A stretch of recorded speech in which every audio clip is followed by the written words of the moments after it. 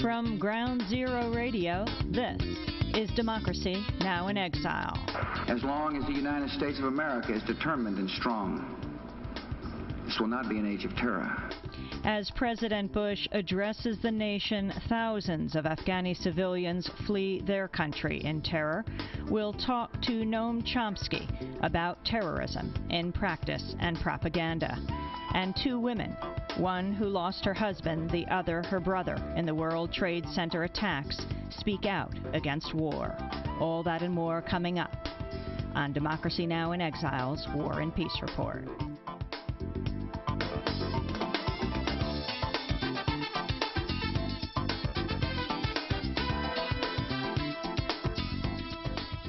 Welcome to the War and Peace Report, just blocks from where the World Trade Center towers once stood. I'm Amy Goodman.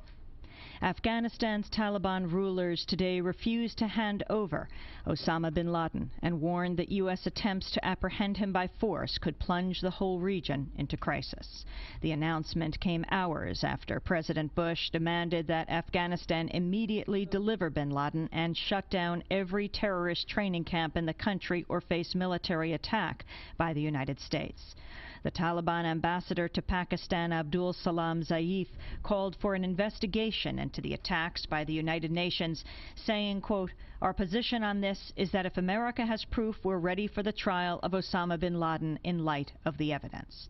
Zaif also said he was sorry people died in the suicide jet attacks on the World Trade Center and the Pentagon last week, but appealed to the United States not to endanger innocent people in a military retaliation, and said that President Bush's ultimatum poses great danger to Muslims. President Bush delivered the ultimatum in a nationally televised speech to a joint session of Congress last night. He warned the war would include the deployment of ground troops and would likely involve the loss of American lives. The London-based newspaper The Guardian is reporting that the U.S. government is pressing its European allies to agree to a military campaign to topple the Taliban regime of Afghanistan and replace it with an interim administration under United Nations auspices. Diplomatic cables from the Washington embassy of a key NATO ally, seen by The Guardian, report that the U.S. is keen to hear allied views on, quote, post-Taliban Afghanistan after the liberation of the country. The embassy cable reveals that the U.S. administration is bent on force to evict the Taliban from power because of the shelter it's offered Osama bin Laden, named by the White House as prime suspect for the New York and Washington attacks. The Guardian has also learned that two large U.S. Hercules transport aircraft landed in Tashkent, capital of the former Soviet Republic of Uzbekistan, on Tuesday, loaded with surveillance equipment to be installed along the northern Afghan border.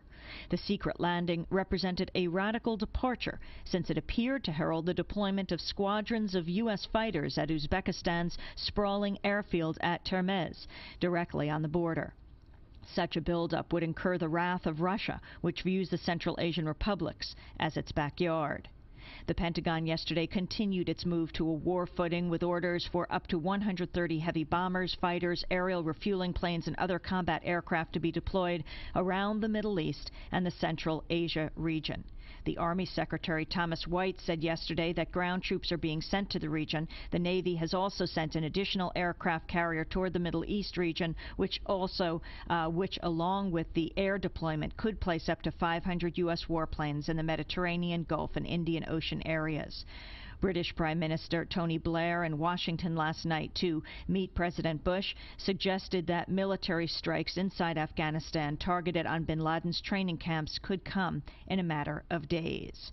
According to The Guardian, another plank in the U.S. military strategy appears to entail supporting the campaign of the exiled 86-year-old monarch of Afghanistan, King Zahir Shah, to return to power by encouraging the guerrilla army of the Northern Alliance opposition to fall in behind him. Diplomatic documents seen by The Guardian show that Washington is funding and organizing the travel of several Northern Alliance figures to Rome to confer with the exiled monarch, who's expected to call on all Afghan tribes to rise up in revolution against the Taliban. At least 1 million Afghans face starvation if the World Food Program cannot return evacuated staff to the country and resume its normal operations there. The World Food Program has still 3 weeks' worth of supplies in warehouses in Afghan cities, but it could not distribute it to rural areas hard hit by a severe drought and the crisis over Osama bin Laden. This according to a spokesperson. Like all other United Nations agencies, the WFP had to evacuate its staff from Afghanistan hastily last week as the United States threatened to attack the country. Meanwhile, Yusuf Hassan, spokesperson for the United Nations High Commissioner for Refugees, said 200,000 Afghans had fled their homes for the countryside or neighboring Pakistan. UNHCR says 15,000 Afghans have already entered Pakistan since September 12th, and thousands are waiting at the border to enter. Hassan said that Pakistan was letting in Afghans with valid visas even though it's closed the border. A spokesperson for the UN Coordinator's Office for Humanitarian Activities for Afghanistan said the UN is particularly concerned about providing enough food, water, sanitation, and tents as winter fast approaches. She also said that crime in the Afghan capital of Kabul has increased, with shootings and armed robberies on the rise. New York City's already battered psyche was dealt another jarring blow yesterday when Mayor Rudolph Giuliani revealed the number of missing people has climbed to 6,333, an increase of 911. As it did last Friday, rain slowed the rescue efforts yesterday at the wreckage site, which yielded no survivors for an 8th consecutive day. The number of dead recovered now stands at 241. Mayor Giuliani says the increase in missing people is attributable to foreigners not previously included in the official tally, including 250 British nationals. Yesterday, more than 125 organizations joined in a statement warning that legislation and regulations adopted in the heat of anger could erode the liberties and freedoms that are at the core of the American way of life. The coalition, whose members range from the conservative Eagle Forum and the Gun Owners of America to the Liberal National Lawyers Guild and the Gay and Lesbian Task Force, called for calm and deliberate action that honors constitutional rights, especially free speech, and avoids stigmatizing any racial, religious, or ethnic group. Organizations representing Muslim, Hispanic, Chinese, Japanese, and Arab Americans joined the alliance, along with such traditional groups as the NAACP and the Leadership Conference on Civil Rights.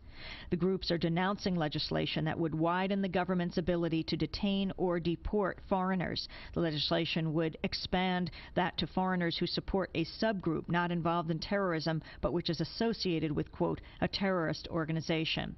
Already under sharp criticism is a section that would permit a foreigner to be detained for an unlimited amount of time during a national emergency.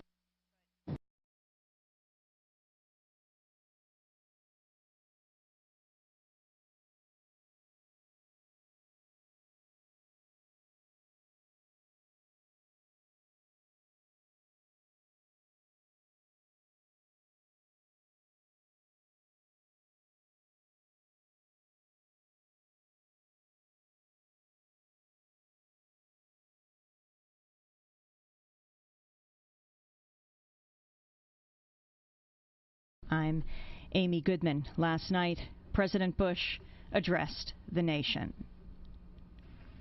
We will direct every resource at our command, every means of diplomacy, every tool of intelligence, every instrument of law enforcement, every financial influence, and every necessary weapon of war to the disruption and to the defeat of the global terror network. Now, this war will not be like the war against Iraq a decade ago, with a decisive liberation of territory and a swift conclusion. It will not look like the air war above Kosovo 2 years ago, where no ground troops were used and not a single American was lost in combat.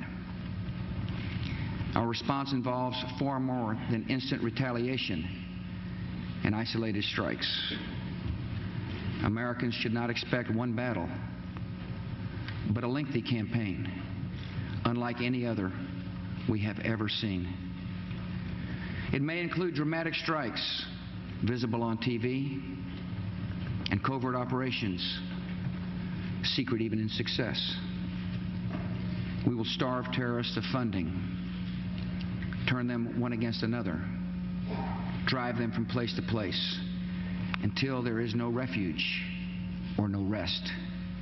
And we will pursue nations that provide aid or safe haven to terrorism. Every nation in every region now has a decision to make. Either you are with us or you are with the terrorists. President Bush addressing a joint session of Congress last night, as well as the nation, a message that was seen around the world. But as Bush announced that the U.S. will go to war, many of those who lost loved ones are saying, "Not in my name."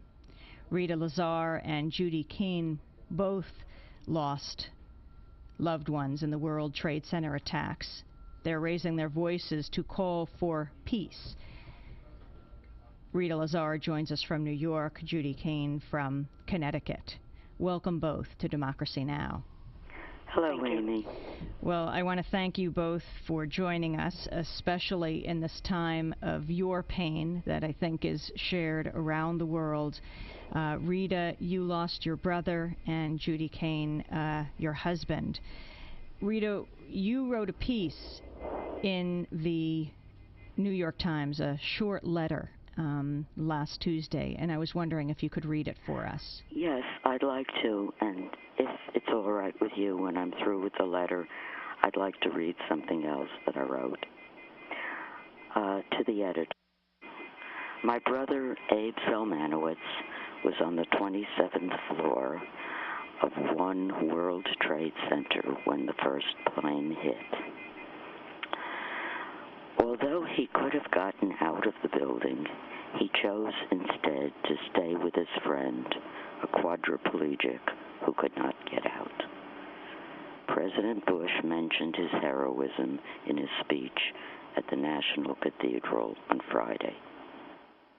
It is in my brother's name and mine that I pray that we, this country that has been so deeply hurt, not do something that will unleash forces we will not have the power to call back.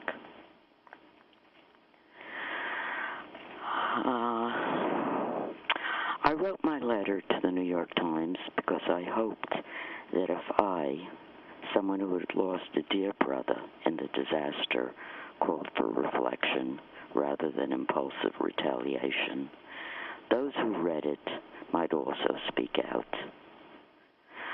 I still hope that will happen in spite of what we saw on TV last night.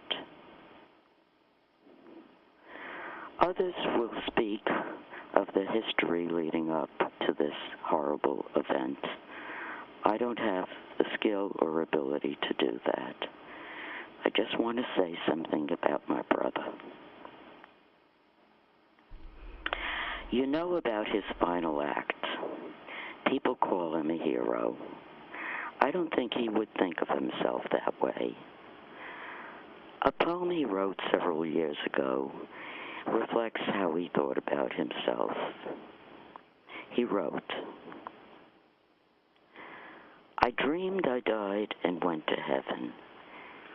And when I got there, they asked me what kind of person I had been. And I said, not so good. So they sent me down to hell. And when I got there, they asked me what kind of person I had been. And I said, not so bad. So they sent me back to Earth. That was my kid brother, not so good and not so bad. This country must allow itself to see its own reflection in the mirror of this horror. We cannot continue to think of ourselves as innocents abroad. What happened 10 days ago was the delivery of that message. Rita Lazar, speaking in the wake of the death of her brother, who died in the attack at the World Trade Center. Judy Keene also on the line with us from Connecticut. Judy, can you tell us about your husband and where he worked? My husband worked for Marsh McLennan in World Trade Center Tower 1. He was on the 99th floor on the day of the incident. He was very gentle, fun-loving. He loved jokes. He loved to garden. He loved his children, above all, and his grandchildren. He was a Marine and served during the Vietnam conflict, and actually was in Vietnam on occasion. But I really do not think that he was a peaceful man. He encouraged the kids to participate in sports, and always sought, a peaceful resolution to any arguments or incidents that might occur in a ball game. I just feel as though he is saying to me, you really have to put a halt as much as you can to this craziness of going to war. Our children are going to have to be the ones to fight war. And that's unacceptable. I just hope that the president and all those that are in decision-making positions will stop and reflect. Ultimately, it may have to be a war, but right now I'm hoping that people will consider any other option. There was a peace vigil that you organized, or a vigil in honor of the people who lost their lives outside your house in Wethersfield, Connecticut. Right. Close to 5,000 people came. Right. That was actually for 3 people in town. There are 2 young men, coincidentally, one who my husband coached in baseball years ago, who are also missing. The vigil was done by friends and family, not by myself at all. Just an impromptu gathering on the ball field across from our home. And it escalated and mushroomed, and more people came. But it was a very peaceful, warm, calming event. It was wonderful. And it brought together a lot of people in town who were in pain. Can you talk about what you said there? I didn't speak at that. A friend of ours did. And the ultimate goal of that vigil was for peace. A banner was actually created, which not all of the people could sign, but a lot of people signed. It's covered with names, messages. And we've sent that on via Governor Rowland here in Connecticut to the president, along with the wish they will consider carefully any steps that are taken. The media has certainly brought out the stories of interviewed people like yourselves who have lost loved ones at the World Trade Center, the Pentagon, but we rarely hear people like Rita Lazar and Judy Kane talking about or talking out against war. Once your views became known, Judy Kane, did the media come to talk to you about not just who your husband was, but what you think he might have wanted and what you would like to see now? Well, yes, unfortunately, or fortunately, I don't know which way to look at it, but yes. I've really never sought this notoriety, but I feel as though now that I've started it, I have to see it through to continue this message. And I'm speaking for my husband because I knew him so well. We were married 31 years. And I know that the last thing on this earth that he would ever want is for his children to have to avenge his death. What did you think, Rita Lazar, as you saw the president speaking last night? Amy, I can hardly tell you. I was heartbroken. I was more heartbroken when I watched the senators and the Congress people. Because? I can't believe that they are marching forward in this lockstep without any reflection, afraid to be honest with us.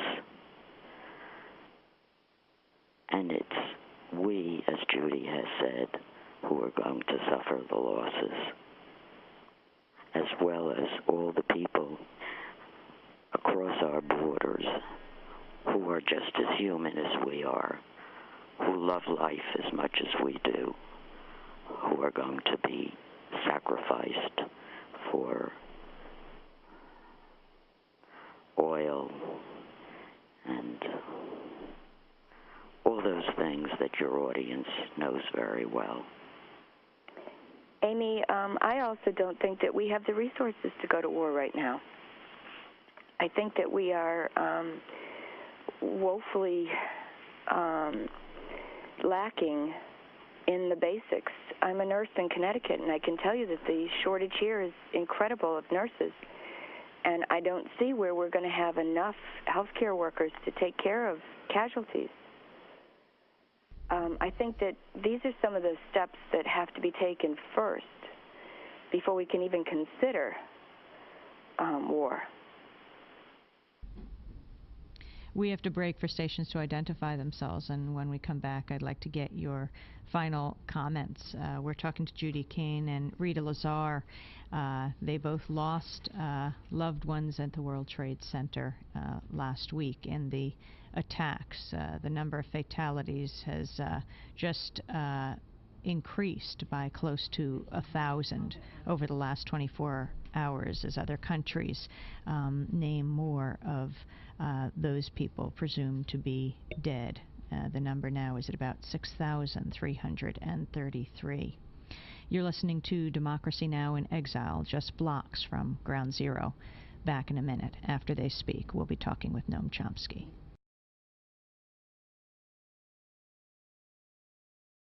You're listening to Democracy Now! In Exile, the War and Peace Report. As we break the sound barrier, our guests are Judy Keene and Rita Lazar. Judy lost her husband in the World Trade Center attack. Rita Lazar lost her brother.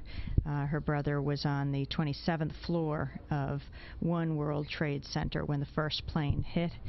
He could have easily gotten out, but he didn't want to leave his quadriplegic friend, and he waited with him until help arrived, and then the building collapsed. In a few minutes, we're going to be talking with Noam Chomsky. Rita's son is someone we all know very well, Matthew Lazar, and he wrote the book Pacifica Radio, The Rise of an Alternative Network. And I just wanted to read the first paragraph as a reminder to all of you of how Pacifica began. Matthew writes at the beginning of the book, "The people who founded KPFA were pacifists. Moved by the principles of nonviolence, they refused to fight in the Second World War. They joined organizations such as the Fellowship of Reconciliation and the War Resisters League. They wrote for and subscribed to pacifist newspapers, and they attended anti-war demonstrations and events. A.J. Muste, the most prominent advocate of pacifism at the time, was often quoted as saying that, quote, 'there is no way to peace. Peace is the way.' The founders of KPFA wholeheartedly endorse this as their personal and political credo." Speaking about the media, Rita Lazar, as you watch television, not just President Bush last night, but the parade of experts that they bring out, do you feel that there is any kind of even-handed discussion going on in this national forum? Not at all. The thing that appalls me, I won't say most, after the disaster, the thing that appalls me is the inability of the American people to reflect on what we as a country have done that has unleashed this hatred of us.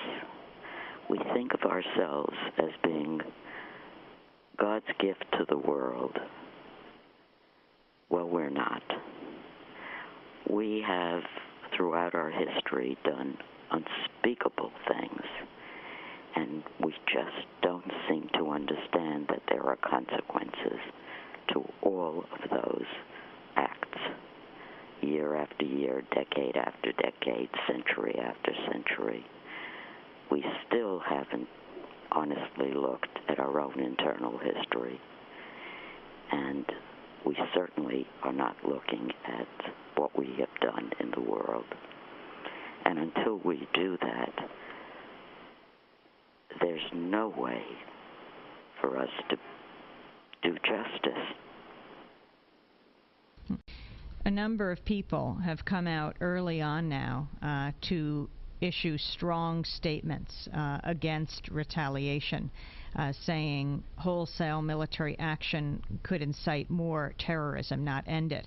They include Harry Belafonte, Danny Glover, Rosa Parks, and CNN founder Ted Turner, who argued against a military solution yesterday at the United Nations as he delivered a $31 million check to cover part of the U.S.'s UN dues. He said we should not, I don't think, go around and indiscriminately start bombing countries that we suspect the terrorists are in, because there are terrorists everywhere here in the United States. He said, what were Terry Nichols and Timothy McVeigh but terrorists? What do you think about that, Judy Keene? Well, I do agree with Rita to some degree, because some of the problems that we're dealing with today are our own creation. I really don't have a political agenda, but we lived through the Vietnam era, and I do know that war can be horrible. I guess I agree with all of these highly visible people who are saying that we need to consider peaceful alternatives. Bombing Afghanistan is not going to end all of our problems. And it's just going to create more widows, more homeless children, fatherless children, and more ill feelings. I truly hope that we can find a better way to deal with foreign countries. And I don't know the answer. I'm not a politician. I'm not a statesperson, but that's what they're trained for. I hope they'll use that training. Well, maybe we can use people like you to be our new politicians. I want to thank you both for being with us, Judy Keene and Rita Lazar, as you speak from your heart after last night's presidential address before a joint session of Congress.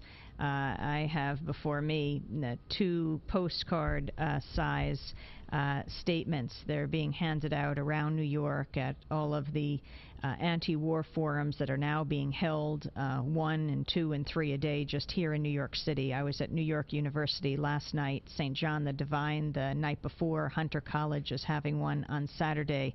The Theater for the New City on Monday night in the Lower East Side. And there is a constant discussion and dialogue that is going on all over the city, particularly in Union Square Park, which is at 14th Street, where thousands of people are gathering every night, a kind of peace and democracy park, also surrounded by the thousands of flyers that have been taped up around the city and around this park, pictures of those who were lost in the World Trade Center attacks. I want to thank you both for being with us as we play one of the songs that Clear Channel Communications, which is one of the biggest media networks in this country, has sent out a memo about. A memo that says, listing a number of songs, that these songs should not now be played. More than 150 songs. Among those songs are Cat Stevens' Morning Has Broken and Peace Train. Apparently he is now a Muslim. Blowin' in the Wind. And this song is Bridge Over Troubled Water.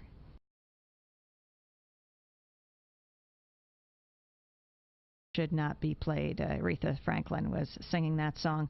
Among those songs also Imagine by John Lennon.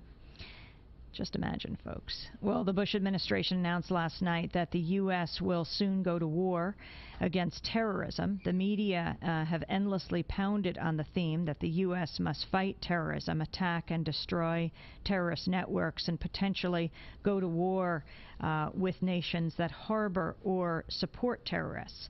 But there's been almost no discussion of just what everyone means when they talk about terrorism, although Osama bin Laden has become the virtual embodiment of it in the eyes of the U.S. government.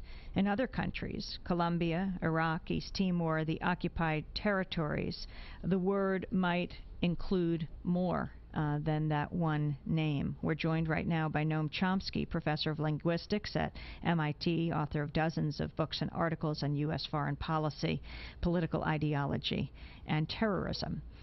Welcome to Democracy Now! In Exile, Noam. Hi, Amy. How are you? It's great to have you with us, although on this very difficult occasion. I assume you have read what President Bush said last night about terrorism going after not only individuals, but the countries that harbor and support them. Your response? He doesn't actually mean what he said, of course. Terrorism has a clear definition. It's clearly defined in the U.S. Code and U.S. Army manuals. It's defined, without going into the details, as the resort to coercion or violence against a civilian population in order to achieve political, religious, or other ends. And by that definition, it would be impossible not to accept the statement of the ex-prime minister of Indonesia, Abdurrahman Wahid, that the United States is a terrorist state, in fact, one of the leading terrorist states, by that definition, by our own definition. In fact, we even have a name for it. It's called low-intensity warfare, which is a low-intensity conflict, which is actually official military doctrine, and there's plenty of examples of it. So he didn't mean that. What he meant is what's usually meant. We define terrorism, anyone defines terrorism as acts of terrorism that they don't approve of. That's the practical definition everywhere.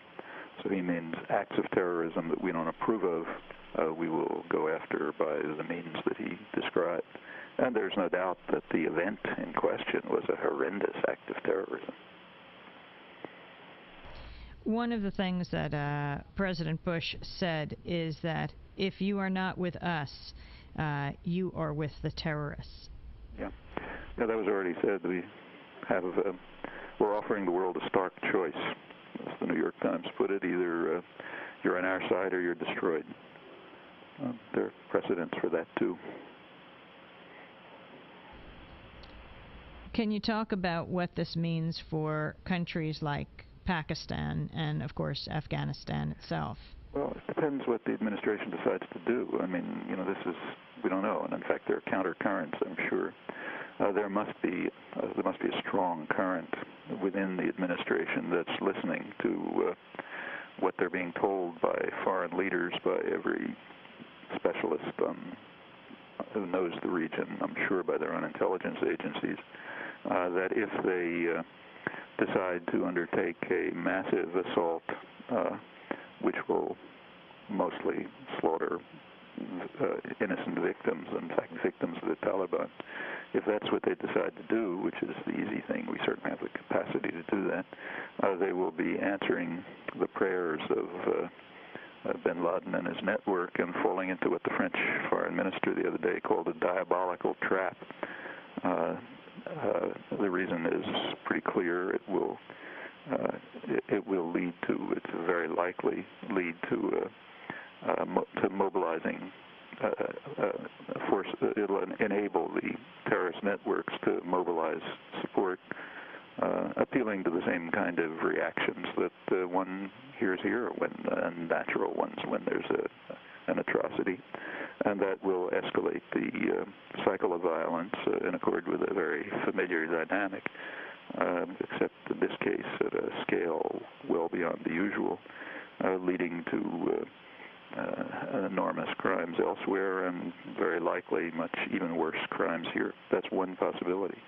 I assume that there are elements in the administration paying attention to that. If not, if they lose, and if there is a massive attack which will kill, mostly Afghans, who millions of them are barely on the verge of at the edge of survival now. As for Pakistan, with your question, well, nobody really knows, but could very well lead to a Taliban-style revolt in Pakistan, which could win and might spread to the Gulf region, maybe to Saudi Arabia, at which point quite apart from the horrible fate of the people involved, it will also lead to a threat to the world's to U.S. control of the world's oil supplies, which will never be tolerated. And at this point, we're off into indescribable global war. That's a possibility. I don't predict it, but it's not an outlandish possibility.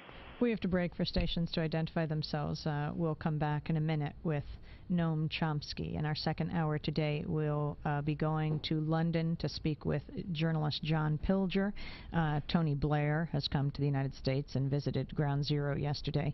We'll go to Belgrade and hear from Jeremy Scahill, the response of those who are also under a reign of terror just a year or two ago.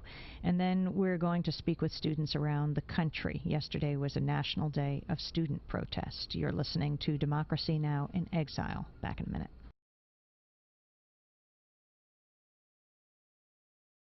Now in Exile, Free Speech Radio, as we break the sound barrier, broadcasting just blocks from what used to be the World Trade Center. This is President Bush last night. And tonight, the United States of America makes the following demands on the Taliban. Deliver to United States authorities all the leaders of al-Qaeda who hide in your land.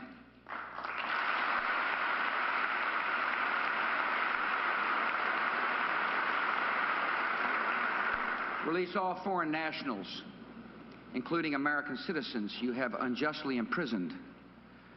Protect foreign journalists, diplomats, and aid workers in your country. Close immediately and permanently every terrorist training camp in Afghanistan, and hand over every terrorist and every person in their support structure to appropriate authorities.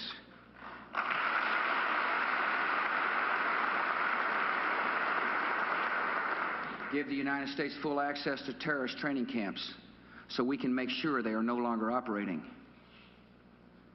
These demands are not open to negotiation or discussion.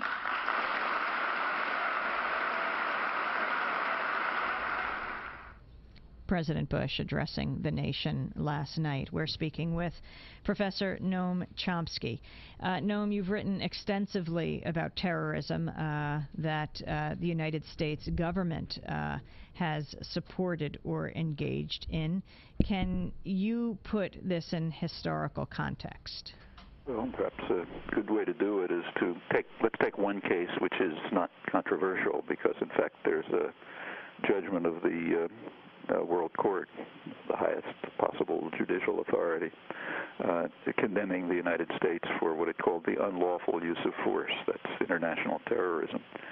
That the U.S., of course, this is the case brought by Nicaragua against the United States.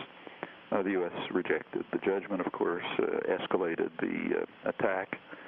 Nicaragua went to the Security Council, which called on all states to observe international law. The U.S. vetoed it. So there's a World Court and a Security Council declaration demanding that the United States cease its international terrorism, of course, dismissed. Suppose Nicaragua, to put President Bush's comments that we just heard in context, let's imagine that Nicaragua had said the same thing and was in a position to do it. Let's say they had Mars behind them or something like that. Suppose that Nicaragua said that given the decision of the World Court, authoritative decision, Security Council resolution, they demanded with no negotiations that the United States hand over at once everyone involved in any way in the international terrorist attack against Nicaragua, which was very serious. Tens of thousands of people killed, the country virtually destroyed. And that they allow Nicaragua to inspect all U.S. military bases anywhere remotely in the region, all support systems, the ideological institutions such as the New York Times, which was drumbeating for the war virtually without exception, and so on. How would we? And that if that didn't happen, the U.S. would be obliterated. That's rather comparable. How would we react? Of course, it's not a credible threat. It's only a credible threat when it's made by a superpower that's not under control. But the cases are not dissimilar, except that the attack on Nicaragua was far worse. I just read in the news headlines a story from the British newspaper The Guardian about the U.S. plans to press its European allies to agree to the military campaign to topple the Taliban regime and replace it with an interim administration under United Nations auspices. Diplomatic cables from the Washington embassy of a key NATO ally report that the U.S. is keen to hear allied views in a post-Taliban Afghanistan after the liberation of the country. And it says that the U.S. military strategy appears to entail supporting the campaign of the exiled 86-year-old monarch of Afghanistan, King Zahir Shah, to return to power by encouraging the guerrilla army of the Northern Alliance opposition to fall in behind him. Diplomatic documents show that Washington is funding and organizing the travel of several Northern Alliance figures to Rome to confer with the exiled monarch, who's expected to call on all Afghan tribes to rise up in revolution against the Taliban. What is your comment on that? Well, we have a little historical experience there, too, all over the world, in fact, with regimes that the U.S. has instituted, like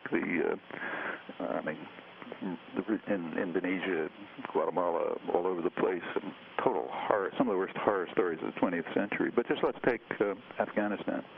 Where'd the Taliban come from? Where'd the Taliban regime come from? Well, its roots are in operations organized beginning in 1979 by the CIA, French intelligence, Egypt, backing from Israel, Saudi Arabia, Pakistan, to try to organize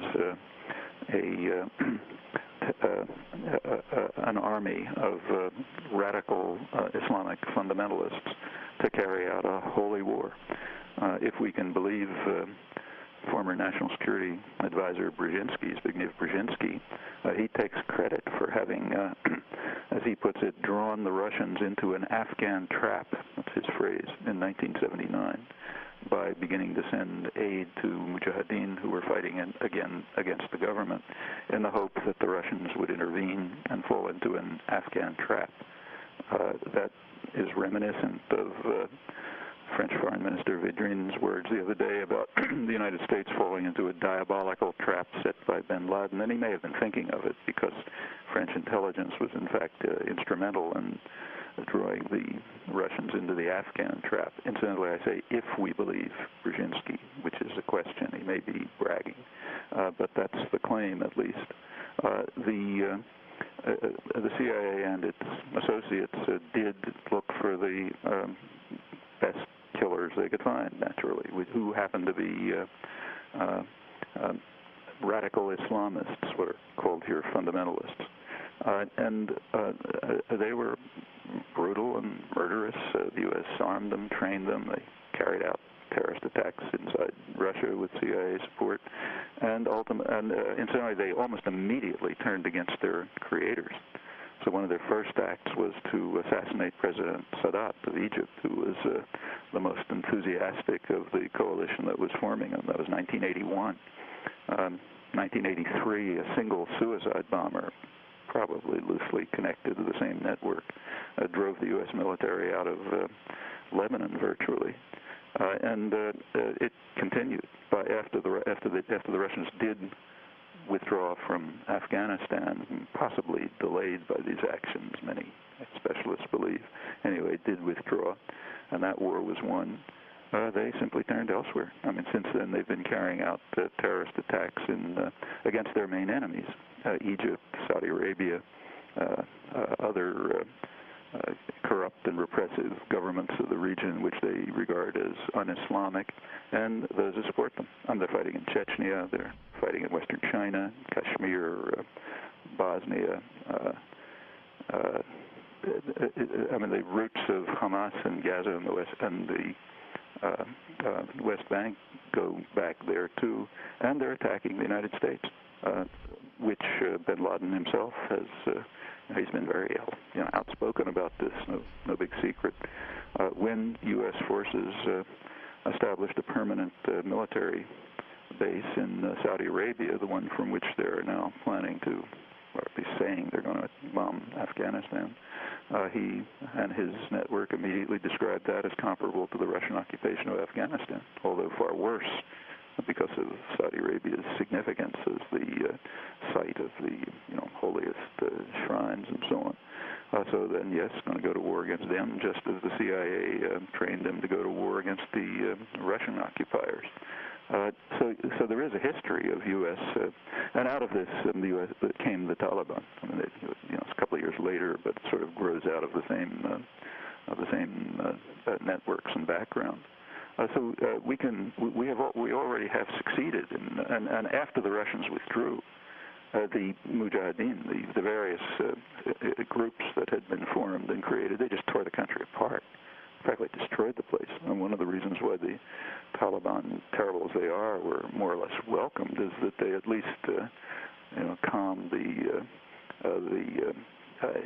internal battling that was destroying what was left of the country.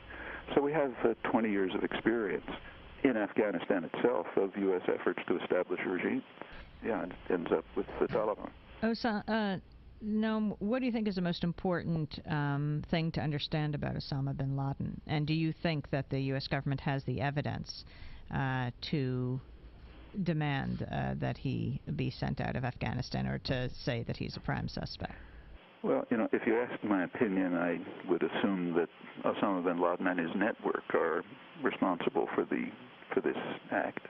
However, the stress should be on the word network. It's a very loosely affiliated, non-hierarchic structure. It's, in a way, it's familiar to the kind of affinity groups we're used to. A non-hierarchic, decentralized structure it immediately develops in resistance situations and others because it's essentially immune to penetration. It's not likely that Osama bin Laden, hiding in some cave in Afghanistan, was able to literally direct an operation as sophisticated and horrendous as the one that took place on September 11th, but it probably goes out of the loose network. Bush said last night that these are in 60 countries all over the place, and that's right. If the much of the world has been asking for evidence. So a couple of days ago, the Arab League said, if you can provide us with some evidence, we will join the attack against this kind of terrorism, which they hate even more than the United States does, because they're the main victims of it, targets of it. But the United States can't present the evidence, and it's not likely that they'll be able to. It's going to be hard to find credible evidence about a structure like that, in which most of the people directly involved kill themselves, so you can't go after them. And not only the network, but even its financial resources are, informal, limited, spread all over the place. To try to literally destroy the network and all of its supporters would mean destroying, half the world. It's in this sense the call for. NATO too has asked for evidence, and they can't get it. But it's a plausible surmise that that's what's behind it. Well, what do you do in such a case? You have two choices. You can just go bomb, kill maybe millions of Afghans, and then answer bin Laden's prayers, escalate the cycle of violence. Yeah, you can do that. The alternative is to follow the statement of the U.S. bishops that was announced yesterday. Follow national and international law. That means pursue the series of steps that, for example, Nicaragua pursued. I mean, I presume they had the capacity to set off bombs in Washington, even if not to bomb the United States. They didn't. They went to the World Court, received a decision in their favor, went to the Security Council. The U.S. blocked it, went to the General Assembly several times, a unanimous vote that the U.S. should stop its attack. U.S. and Israel opposed, and then they couldn't do anything more.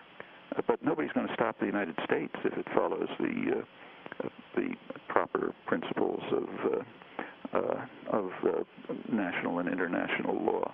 I mean, let's take a domestic example. Just no two cases are similar, but tells you something. Take the bombing of the federal building in Oklahoma City. The initial calls, as I'm sure you remember, were let's bomb the Middle East. Okay, kill the bastards. It was, and if there had been any link, however minimal, to the Middle East, that's probably what would have happened. When it was found to have its roots in the U.S. militia movement, those calls stopped. Nobody called for bombing Montana and Idaho to root out the whole militia movement. They went after the perpetrator, tried to discover the perpetrator. They found him, brought him to the courts. And then comes the next step. If you're serious, why did it happen? You look into the roots of the militia movement. And the fact of the matter is, and we should be honest enough to face this, that when almost every crime you can think of, whether it's a robbery in the streets or a colossal atrocity, there are some reasons behind it. And if you're serious, if you want to reduce the threat of further crimes rather than enhance them, what you do is look into the reasons. And you almost invariably find that some among those reasons, whether it's Oklahoma City or World Trade Center or a crime in the streets, some of them are serious, and they ought to be addressed. And again, you have a choice. If you want to reduce the threat of violence, you think about those things. If you want to escalate the threat of violence against yourself as well, then you disregard it and just lash out violently. Those are almost always the choices.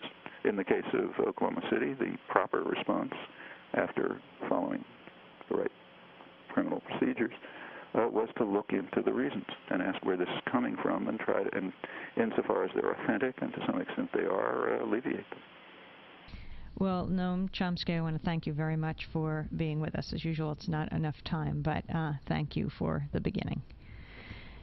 Noam Chomsky, professor of linguistics at Massachusetts Institute of Technology. And that broadcasting just blocks from where the towers of the World Trade Center once stood. The figures have increased close to 1,000 to more than 6,000 people who are now unaccounted for. Afghanistan's Taliban rulers today refused to hand over Osama bin Laden and warned that U.S. attempts to apprehend him by force would plunge the whole region into crisis. The announcement came hours after President George Bush demanded Afghanistan immediately deliver bin Laden and shut down what he called every terrorist training camp in the country or face military attack. The Taliban ambassador to Pakistan, Abdul Salam Zaif, called for an investigation into the attacks by the United Nations, saying, "Our position on this is that if America has proof, we are ready for the trial of Osama bin Laden in light of the evidence." Zaif also said he was sorry people died in the suicide jet attacks on the World Trade Center and Pentagon, but appealed to the United States not to endanger innocent people in a military retaliation, and said President Bush's ultimatum poses great danger for Muslims. And fearful of offending Muslims, the Pentagon is rethinking and will probably change the codename Operation Infinite Justice that it initially suggested for the planned U.S. retaliation against those it considers responsible for last week's terrorist attacks. This according to Defense Secretary Donald Rumsfeld. At a Pentagon briefing, Rumsfeld was told by a reporter that several Islamic scholars had objected to the name, arguing that only God or Allah can impose infinite justice. Rumsfeld replied, I understand, and obviously the United States doesn't want to do or say anything that creates the impression on the part of the listener that would be a misunderstanding, and clearly that would be. Rumsfeld, who decided what to call the operation, said he did not know if infinite justice would be retained, but added, I doubt it. A Pentagon official said Operation Infinite Justice was a working name that was never officially approved. Rear Admiral Craig Quigley, a Pentagon spokesperson, said names for such operations are suggested by the staff of the Joint Chiefs of Staff to the Secretary of Defense, who ultimately decides what to call them. And the London-based newspaper The Guardian is reporting that the U.S. government is pressing its European allies to agree to a military campaign to topple the Taliban regime in Afghanistan and replace it with an interim administration under United Nations auspices. The Guardian also learned 2 large U.S. Hercules transport aircraft landed in Tashkent, capital of the former Soviet Republic of Uzbekistan, loaded with surveillance equipment to be installed along the northern Afghan border. The secret landing represents a radical departure since it appears to herald the deployment of squadrons of U.S. fighters at Uzbekistan's sprawling airport of Termez, directly on the border. Such a buildup would incur the wrath of Russia, which views the Central Asian republics as its backyard. The Guardian is also saying that another plank in the U.S. military strategy appears to entail supporting the campaign of the exiled 86-year-old monarch of Afghanistan, King Zahir Shah, to return to power by encouraging the guerrilla army of the Northern Alliance opposition to fall in behind him. Diplomatic documents seen by The Guardian show that Washington is funding and organizing the travel of several Northern Alliance figures to Rome to confer with the exiled monarch, who's expected to call on all the Afghan tribes to rise up in revolution against the Taliban. Meanwhile, at least 1 million Afghans face starvation if the World Food Program cannot return evacuated staff to the country and resume its normal operations there. The 15 nations of the European Union approved tough new anti-terrorist measures yesterday to close legal loopholes that allow terrorism suspects to evade arrest. In the wake of the attacks on the United States, EU Justice and Home Affairs ministers approved 37 proposals aimed at preventing terrorist groups, they said, from operating in the European Union, and at strengthening police and justice cooperation with the United States. Key provisions include a European search and arrest warrant, which will allow authorities in all 15 states to search for suspects sought for terrorism in any EU state, and streamlined extradition procedures. Other measures include a common definition of terrorist crimes and guidelines for sentencing convicted terrorists, including a minimum penalty of 20 years for murder. Ministers also agreed to set up an anti-terrorist unit with Europol, Europe's police investigation organization. In related news, the Italian parliament approved a report on July's violence-ridden Group of 8 summit in Genoa that absolved security forces of blame and described the meeting as a total success. Opposition center-left parties denounced the finding of the official parliamentary commission as a whitewash and published their own conclusions, saying poor law enforcement are largely to blame for the mayhem. One protester was killed by police, more than 300 people were injured, and at least 200 people were arrested. An embarrassed Pentagon yesterday was forced to rethink its choice of the code name Operation Infinite Justice. And the New York Times is reporting, although racial profiling has been harshly criticized, courts in this country have never declared it legally dead. Now, with law enforcement officials focusing on Arabs and the hunt for terrorists, legal experts say profiling may be authorized by judges more definitively than ever before. Some opponents of racial profiling say their efforts may have been set back decades by indications that people who fit a single description, men of Arab descent, were responsible for the devastation. Civil liberties lawyers say there are signs of profiling in the patterns of arrests so far, and security experts say profiling is inevitable in the drive for increased air safety.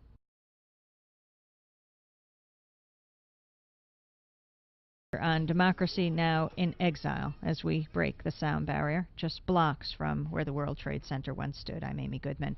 British Prime Minister Tony Blair was in New York yesterday visiting Ground Zero with a group of U.S. senators and pledging British military assistance in what seems to be an imminent U.S. war against Afghanistan. Britain lost more than 300 of its citizens in the attacks last week.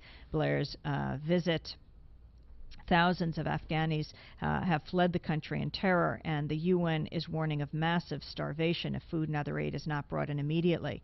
This morning, British journalist and filmmaker John Pilger wrote in the Guardian newspaper, "During my lifetime, America has been constantly waging war against much of humanity, impoverished people mostly in stricken places. Moreover, far from being the main perpetrators of terrorism, Islamic peoples have been its victims, more often than not of an American fundamentalism and its proxies." The Bush administration's march to war and British support, Pilger argues, promises more of the same. John Pilger is a world-renowned journalist and filmmaker. Among his films, Death of a Nation about East Timor, films about Cambodia, Burma, Iraq, and most recently, Globalization and Indonesia. He joins us on the telephone from London. I spoke to him just before the program began and asked him about the British response to the attack on the World Trade Center towers and the Pentagon, and now President Bush's response to that. Well, the opinion polls are saying that two-thirds of the country support military action and a third are opposed to it, but that half the country is opposed to any all-out war. Now, I don't know what the questions that led to that kind of result in the polls. But at the moment, a majority would support the Blair government's policies, which have been, as you know, to unequivocally support the Bush administration. Last night in President Bush's speech, he said, "America has no truer friend than Great Britain. Once again, we're joined together in a great cause. I'm so honored the British Prime Minister has crossed an ocean to show his unity with America. Thank you for coming, friend." Yeah. Well, once together, they're joined together in yet another uncertain imperial adventure. I mean, when Britain handed the imperial torch to the United States shortly after the Second World War, its consolation was to be given the status of a lieutenant, and that's what it has been very faithfully over the years. So, putting aside the irony and the unintended irony in President Bush's remarks, he speaks. What he said is correct. 2 days after the attacks, you wrote a piece, "Far from being the terrorists of the world, the Islamic peoples have been its victims." Can you talk more about that? Well, undoubtedly, the whole notion that the Islamic peoples are now the terrorists of the world is absurd. Just in numbers, they must be among the single greatest number of victims of terrorism. Just the Palestinian peoples have been that for 34 years and longer. The people of Iraq have lost at least 1 million people and 500,000 children in the Anglo-American imposed embargo against that country. The so-called Afghan Arabs, as they're referred to, people of South Asia, were of course the Mujahideen were partly the creation of Anglo-American intelligence. And so it goes on. I mean, it goes back longer than that. It goes back to the breakup of the Ottoman Empire, the deep anger felt in Egypt, where one of the extreme Muslim organizations, the Muslim Brotherhood, was founded. Much of the so-called Islamic extremism comes from is a legacy of imperialism, and the Muslim and Arab peoples have certainly been victims of that imperialism. Middle East and the Gulf have been a cockpit of upheaval, partly because of war, partly because of strategic struggle between the various imperial powers for a very long time. The Royal Air Force of Britain has been bombing that part of the world since the 1920s. So I wouldn't like to make a league table of who are the victims of terrorism, but at a guess, I would have thought the Islamic people, those peoples are near the top. We're talking to British filmmaker and journalist John Pilger. His latest film is The New Rulers of the World. You write in your piece how at the time of the attacks you were writing about Palestine and censorship. BBC and CNN recently in the last months have sent out memos to their staff, BBC not to call killings of Palestinians assassination, CNN not to talk about the Jewish settlements in the West Bank, Gaza, in the occupied territories, illegal settlements. How do you describe the media that you are seeing right now? Well, in the case you mentioned of the BBC, I mean, the BBC has a very considerable reputation because of its very high production values, and really that makes the kind of broadcasting that it does and the distortions in the coverage of the Middle East even greater, in my opinion. The BBC has long drawn a moral equivalence between oppressor and oppressed in the Middle East, and the example that you've just mentioned doesn't surprise me at all. Although over here, I think, maybe in contrast to the United States, I'm not sure, but I think over here there's been considerable enlightenment in recent years about the Middle East. People, I think, are no longer intimidated against being critical of Israel, so with the fear that they might be called anti-Semitic. I think that's going rapidly, but all the same, the general coverage over here of the Middle East really still adheres to an Israeli news agenda. The Palestinians are generally cast as the people who plant bombs and blow up people and are the terrorists. Israel is seldom, almost never identified as a terror state operating as an invader against an occupied people. How is the British press covering the drumbeat to war? For example, President Bush's address did it air on nationwide television in Britain, and how are they framing it? Well, I think the majority of them are beating the drum, but there has been more discussion than I've known for a long time, much more discussion, open discussion, than, say, during the NATO action against Yugoslavia a couple of years ago. I think there has been a response to a real public hunger, a need to make sense of all this and to debate it, and a fear of what America and Britain are about to do next. Whilst they support, the majority support the pursuit of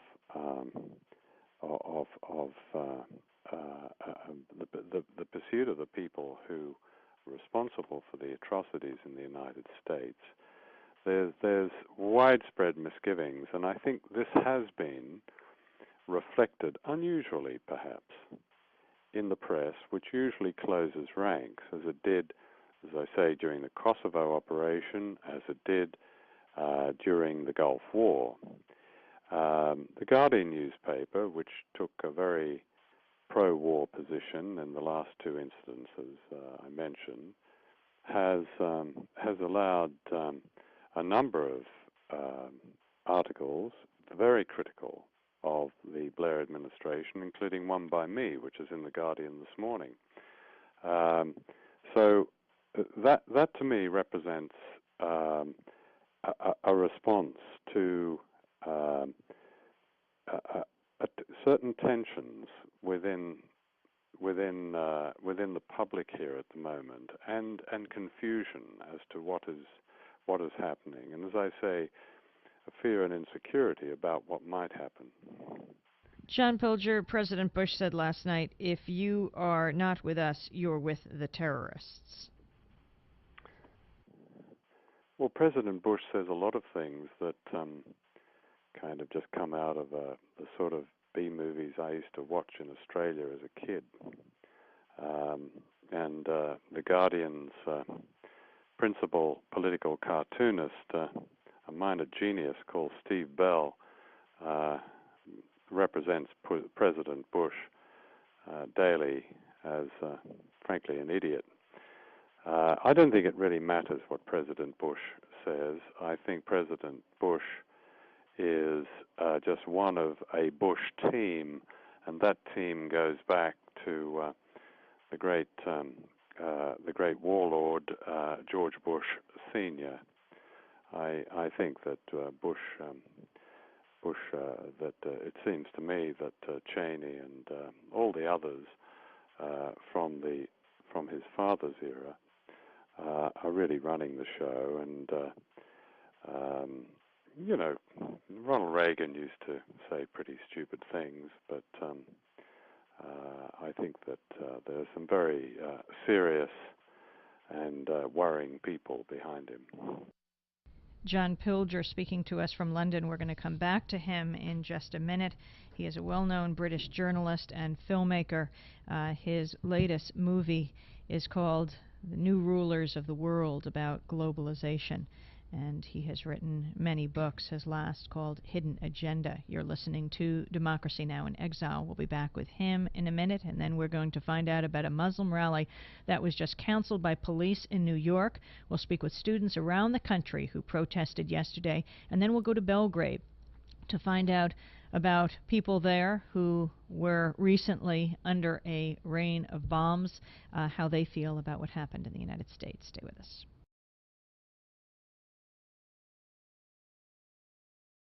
To Democracy Now! In Exile, the exception to the rulers, as we broadcast for you these daily 2-hour specials on the War and Peace Report, and continue with British filmmaker John Pilger. John Pilger, you're well known for your films on East Timor, Death of a Nation, and also on Cambodia. One of the frequent guests on U.S. television, I assume on international TV as well, is Henry Kissinger as an expert on terrorism, but not in the sense. In a strange way, yeah. What's that? He would have personal knowledge of it, I'm sure. What about that, framing him as an elder statesman? Well, the Kissinger record is there. I mean, it's in the public domain. I don't see really what the debate is, but I think there's a growing public awareness, consciousness of what Kissinger has done over the years. As far as East Timor is concerned, we've seen the minutes of his meetings at the State Department in 1975, when he was approving the covert shipment of weapons and aid to the Indonesians, just as they were beginning their slaughter in East Timor. I think his historical role is becoming assured, and it's not really the one that he would want. Finally, you write that only someone who has never seen the effects of cluster bombs could talk as Tony Blair and Bush have. Well, we just spoke to family members who saw the effects of terror and destruction at the World Trade Center towers. One lost her brother, another her husband, and they want nothing to do with bringing more death to more people. What is your response? They are rarely seen, these views, though they're brought on to describe their family member that they've lost and what happened in those hours. They're rarely asked the second question, the actual victims, and that is, what would you like to see done? It's very difficult to talk to grieving people. I'm not really for that. I don't like doing that. I think it's wrong to ask them their opinions when they're consumed by grief. But some of them have given them voluntarily some very brave opinions, and we've had some of the British victims of the World Trade Center bombings. One man is quoted this morning as saying that Bush ought to be caged. This is not, I think it was his brother, I'm not sure, but I think it was his brother who died. And he, just paraphrasing him, he felt his brother didn't die for a lot of other innocent people to die.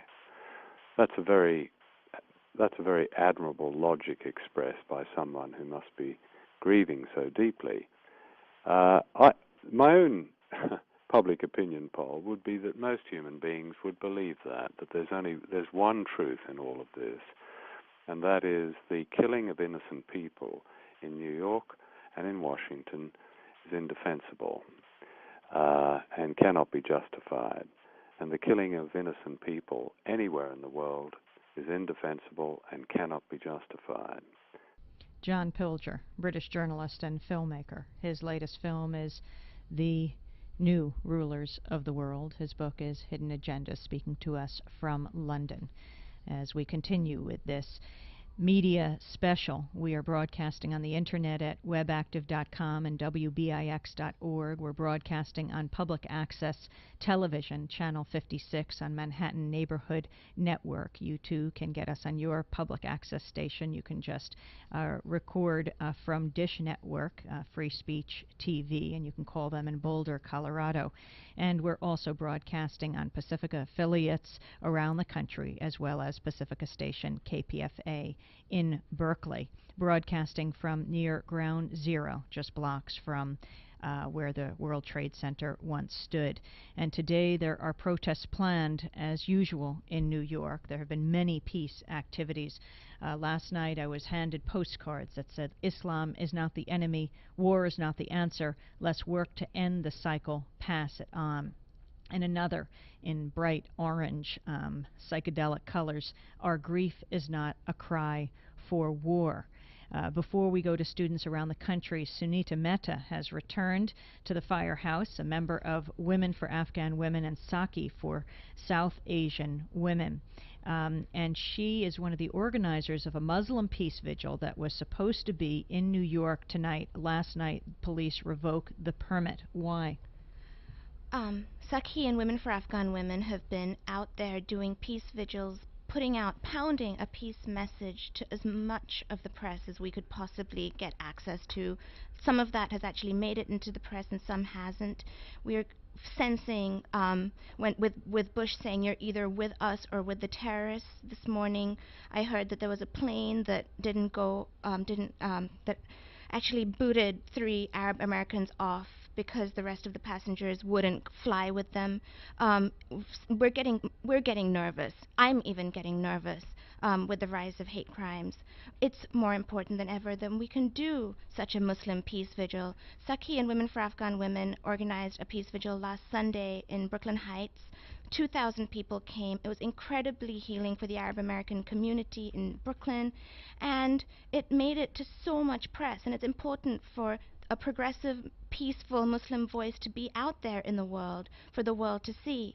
Now, what happened was that we could be like all the other protests and peace vigils that are going on in the city. There are hundreds and thousands going on, and most of them do not have permits.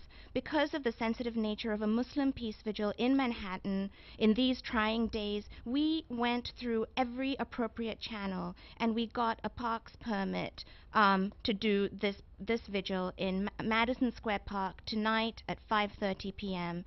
Yesterday, the permit was rescinded. It was revoked. And the reason given was that the 13th precinct was overstretched, could not cover it, did not have the manpower to be there to protect us, and also no sound permits are given to anyone until October 22nd, we were told. And so given that situation, parks people said that it's too risky to do this without security, and they rescinded our permit. Even though we said that we would hire our own security, they did not listen, and they took away our permit. It was explained to us that the precincts are really grieving, and they've had their losses, and we did some soul searching last night, our groups, and we decided that we understood the police are overstretched. This is, they probably see us as a sitting target. They're probably thinking of our interests. They want to protect us. They don't have enough cops to protect us. We tried to understand it from their point of view, and we were going to go ahead anyway, because there's no way, it's not possible for us to uninvite all the thousands and thousands of people that have invited through emails forwarded on and flyers, people to come. And so we decided that we wouldn't break the law, we wouldn't have any sound amplification, and we would go ahead with our signs, and we would speak without a megaphone, and we would go ahead. Then we got another call from the borough command saying that if we showed up, we would be turned away. At this point, we don't understand their side anymore, because they don't have police to protect us, and they have police to turn us away. What are we supposed to think? People say, where's the Muslim voice? Where's the Muslim progressive voice? Where's the liberal Muslim voice? Here it is, and it's being silenced. And we're going to spend the day trying to figure out what we're going to do. We are going to do something. It's not cancelled. We're going to be there, Madison Square Park, 5:30. We're going to be there with our signs that say, terrorism is not Islam. Islam means peace. Muslims for peace. We will be there, and if and the press will come, and if the police turn us away, then that will happen. They will turn away Muslims for peace. Well, Sunita Mehta, I want to thank you for joining us, and next week I hope you report back to us on what happens. We'll also be there today, and we'll record what happens at Madison Square Park, which the cross streets are right around 23rd Street to those in New York, and this is taking place at 5:30 23rd Street and around 5th Avenue. Well, we're going to turn now to students around the country who organized a day of protest yesterday. Students at almost 150 college campuses in 30 states rallied for peace. The vigils varied widely in size and scope, but all focused on the need for a cautious and long-term solution to the terrorist attacks. Over 8,000 students and community members came out to demonstrate at University of California, Berkeley's campus yesterday. The day climaxed with a sit-in protesting a racist cartoon against Arab and Muslim Americans that ran in a local Berkeley paper. 19 people were arrested. At the Conservative University of Kansas, students raised $25,000 in 48 hours for relief for the families and victims of the September 11th tragedy before holding two rallies, one on campus and one in the town square of Lawrence. University of Arkansas in Fayetteville had a teach-in for 600 people to learn more about Afghanistan. We turn first to Andy Burns, who is organizer for the Movement for Democracy and Education. He's based in Madison, Wisconsin. Welcome to Democracy Now! Thank you very much. Tell us about this nationwide student protest day. Yes, well, it happened at about 150 campuses, which was just an overwhelming amount of support. We were not expecting that much. It originally started as a kind of an idea in the head of some students at Wesleyan University in Connecticut, and they just started talking to their friends. Their friends started talking to their friends. Eventually, it reached the emails and the desks of some established student organizations, and it just spread from there, really kind of spontaneously and by word of mouth. And it's just like a grassroots outpouring of concerns for peace and for anti-racism and for civil liberties. We're also joined on the telephone by Kaylin Morris of the University of Oklahoma, where over 200 students rallied. Can you tell us about your day yesterday? Yeah, we were very happy with our turnout. Being in Oklahoma, we really don't always have a real strong progressive center. So the show that we did have, we were very pleased with, and it was actually a very responsive crowd. We didn't have any problems, and we encouraged people to just have a nice day of peace. People brought their instruments and sang in the center of our university square. What year are you, Kaylin? I'm a sophomore. Mm-hmm. And political science. Their ROTC presence? The main problems that we did have, we came from our ROTC program. We have a very, very large ROTC program at the University of Oklahoma from every branch, and that's the only problems that we encountered, dealt with ROTC members, but I feel like they were resolved very peacefully and quickly, or at least I tried to. And where in Oklahoma are you? We're in Norman, Oklahoma. We're also joined in the studio by a student from Hunter College, Christopher Day. What did you do yesterday? Well, we also had a peace vigil up at Hunter College on the Upper East Side of Manhattan. There were, I'd say, between 200 and 300 students, and we had speakers and candles and songs.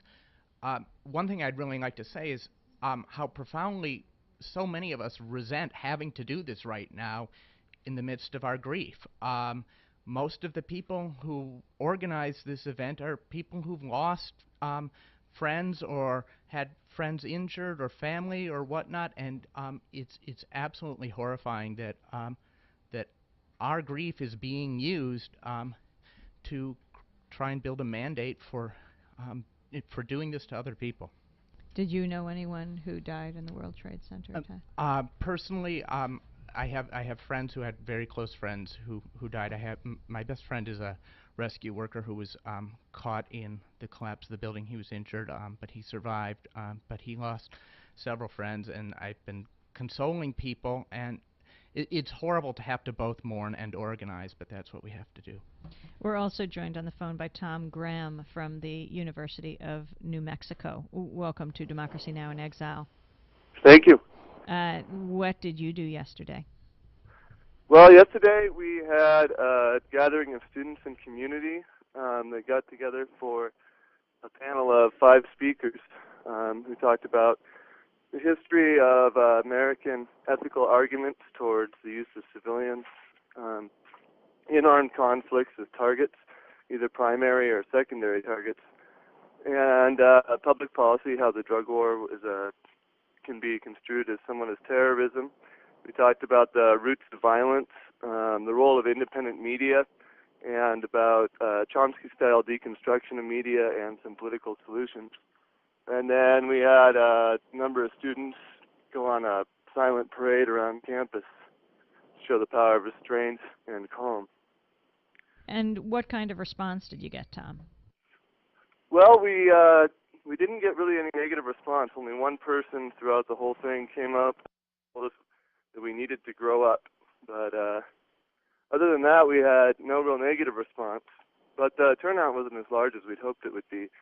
We had about probably about 60 solid people that were half members from the community at large and about half students. And we were able to collect about over 100 emails of people who want to get involved and help us organize in the future. We're also joined on the phone by Sarah Hoskinson from Kansas University at Lawrence. How many people turned out to your vigil and protest? Our rally during the day at noon, I was estimating about 150 people, and newspaper reports today have said between 200 and 250. And we were out in an open area on campus so people could come and go. It wasn't an enclosed area, so it varied during the day. What year are you, Sarah? I'm a senior. What are you majoring in? I'm majoring in religious studies. And what did the rally take the form of? Who spoke? It was an open forum. So what happened was our student body president actually opened up the rally with a Martin Luther King quote, and from that point on we allowed people to just come up and make their own statements or read statements which had been proposed by other organizations in the past week. What kind of response did you get as an organizer? As an organizer, I received some emails from people who are unhappy with the fact that we organized this event. But as far as direct response at the event itself, we had very little negative response. We had a few people who were ROTC students who commented, pointing to themselves and their uniforms, that was the price of freedom. And they just yelled that out from the crowd. So, Aaron Krieger at Notre Dame, do you have a large ROTC presence at your school? Yes, we have about 300 people enrolled on scholarship. Mm-hmm. And is ROTC an issue for the peace activists on campus? It has been ever since the 60s. Students have been raising the presence of why ROTC should be at a Catholic university. Many of us believe that the military operates, they're in violation of Catholic just war theory. So we have been definitely bringing up that issue. And what about CIA on campus? Yeah, that was another funny thing. The CIA was going to recruit on campus on last Thursday and Friday. So we were planning on organizing a small demonstration of that. And that was seen as very controversial in the wake of the attacks. Fortunately, the CIA canceled their visit. So, We're also joined on the phone from Cambridge by Jessica Gould, who's at Harvard. What year are you, Jessica? I'm a sophomore. Mm-hmm. And what are you majoring in? I'm a history and literature concentrator. What kind of rally did you have yesterday? Well, we had a rally for peace, and I would describe it as being a somber and sort of sobering rally. Our MC, Stephen Smith, when he introduced the events for the day, described that our rally was going to be different than rallies that we've seen before on this campus, in that there wasn't going to be a whole lot of chanting and excitement and waving of signs. It was more set up to be a reflection time because of the tragedy of last week. Now, Harvard has had a very successful mass movement for a living wage, where students occupied the president's office for weeks, and it got a lot of publicity. Is there any cross-organizing going on right now? Absolutely. I think there's a lot of overlap between those who did the living wage movement of last year and who are still working on it, and the people who have gathered together to work on the Initiative for Peace and Justice. I wouldn't say that the two groups are exactly the same, but there's been a lot of overlap between the members who are involved, and there's been a lot of idea sharing. And definitely those who worked to write press releases and contact the media have been really helpful in publicizing yesterday's event.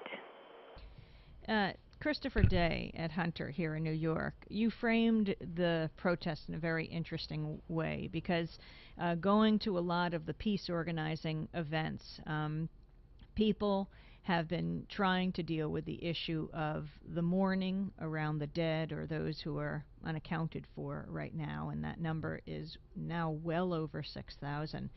And having traditional anti-war rallies in the streets, and people have been agonizing over whether that's appropriate. You framed it as being resentful and angry that you feel that both have to be done right now because of the response in Washington. What plans do you now have for these coming days? I mean, there was a mass vigil planned for the dead and unaccounted for in Central Park tomorrow. I think that's been canceled at this point. That was going to be arranged by formers Mayor Koch and Dinkins, and now it's going to be a ticketed event at one of the baseball stadiums with Mayor Giuliani.